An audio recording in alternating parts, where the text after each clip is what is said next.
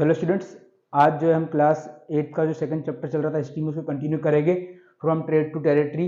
तो लास्ट जो वीडियो था उसमें मैंने आपको बताया था कि कंपनी किस तरीके से बंगाल पहुंचती है, ईस्ट इंडिया कंपनी, वहाँ पर क्या क्या कॉन्सिक्वेंसेज होते हैं। वहाँ पर आपने वहाँ पर लास्ट वीडियो में ये देखे थे कि जो कंपनी होती है जब वो बंगाल पहुंचती तो वहाँ पर मुगलों का राज रहता है, ठीक है।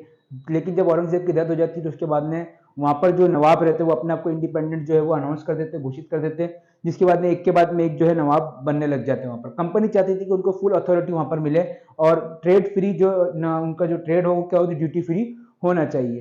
तो एक के बाद में एक जो है बंगाल के नवाब बनते जाते हैं, जैसे कि अली वर्दी खान और मुर्शिद कुली खान जैसे नवाब बन जाते हैं।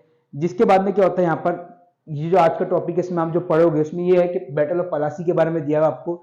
ये जो एक बहुत इंपॉर्टेंट बैटल थी कंपनी की जो हिस्ट्री है इंडिया के अंदर, उसमें बैटल ऑफ पलासी बहुत इंपॉर्टेंट थी। क्यों थी, क्या हुआ था उसके अंदर, ये देखिए सबसे पहले इसके अंदर। तो इसकी शुरुआत करते देखिए क्या हुआ था। In 1756 Sirajuddaulah became the nawab of Bengal.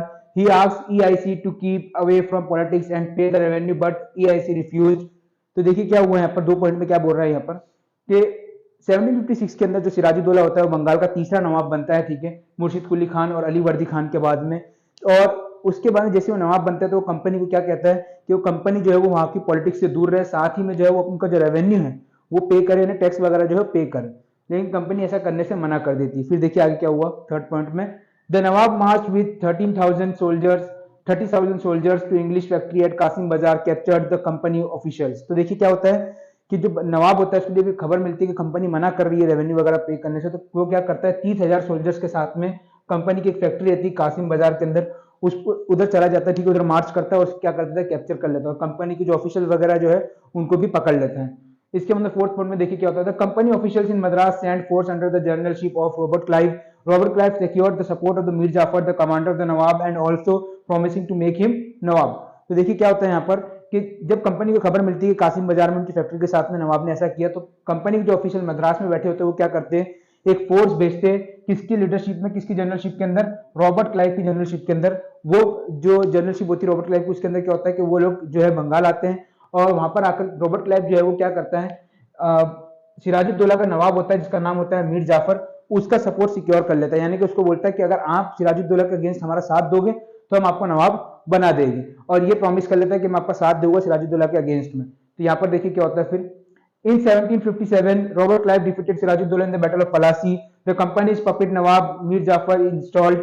Mir Jafar guaranteed duty-free trade for company in Bengal. तो देखिए क्या होता है यहाँ पर इसके बाद में 1757 के अंदर बैटल ऑफ पलासी लड़ी जाती कंपनी और जो है सिराजुद्दौला के बीच में। कंपनी की तरफ से रॉबर्ट क्लाइव जनरलशिप होती थी कि कंपनी की तरफ से, और सिराजुद्दौला जो रहते हैं वो बंगाल के नवाब, इनके बीच में क्या होती है, बैटल ऑफ पलासी होती है। इस बैटल में जैसा कि मैंने आपको ऊपर बता दिया, मीर जाफर जो कि कमांडर रहता है वो किसका साथ देता है, यहाँ पर अंग्रेजों का साथ देता है, जिसकी वजह से सिराजुद्दौला को जो है वो हार का सामना करना पड़ता है। इसके साथ ही जैसे ये बैटल खत्म होती है तो कंपनी क्या करती है, मीर जाफर को जो कि उनका क्या था पपिन नवाब था उसको इंस्टॉल कर देती है। जैसे ही ये नवाब बन जाता है तो ये क्या करता है अपने वादे के हिसाब से क्या कर देता है, ट्रेड जो होता है वो ड्यूटी फ्री कर देता है कंपनी के लिए बंगाल के अंदर। फिर इसके बाद में देखिए क्या होता है यहाँ पर आगे लास्ट लाइन में। The victory at the battle of the Plassey encourage the British for the conquest of the Bengal and eventually the whole of India. अब यहाँ पर जो बैटल ऑफ पलासी थी ये जीतने के साथ में ब्रिटिश जो कंपनी होती है उसको एक तरीके से एक इंकरेजमेंट होता है, उनको एक हिम्मत मिलती है कि हम क्या कर सकते हैं, पूरे बंगाल पे कब्जा कर सकते हैं। और धीरे धीरे क्या होता है वो पूरे बंगाल के साथ में धीरे धीरे इंडिया पे भी कब्जा करना स्टार्ट कर देते हैं। तो यहाँ पर बैटल ऑफ पलासी जो थी उसने बहुत इंपॉर्टेंट रोल जो थी वो ब्रिटिश हिस्ट्री के अंदर अदा करी। किस तरीके से शुरुआत हुई इसकी, क्या हुआ, सिराजुद्दौला से क्या कॉन्फ्लिक्ट थे, सब मैंने आपको यहाँ पर ऊपर बता दिया। किस तरीके से मीर जाफर ने उनका साथ दिया था, तो इस तरीके से मैंने आपको बता दिया। तो ये जो था बैटल ऑफ पलासी के बारे में था। बैटल ऑफ बक्सर भी है और भी काफी कुछ इस चैप्टर में बाकी है। तो होपफुली आपको समझ में आ गया होगा। अगर आपको समझ में नहीं आया तो आप नीचे कमेंट कर सकते हैं। Thank you.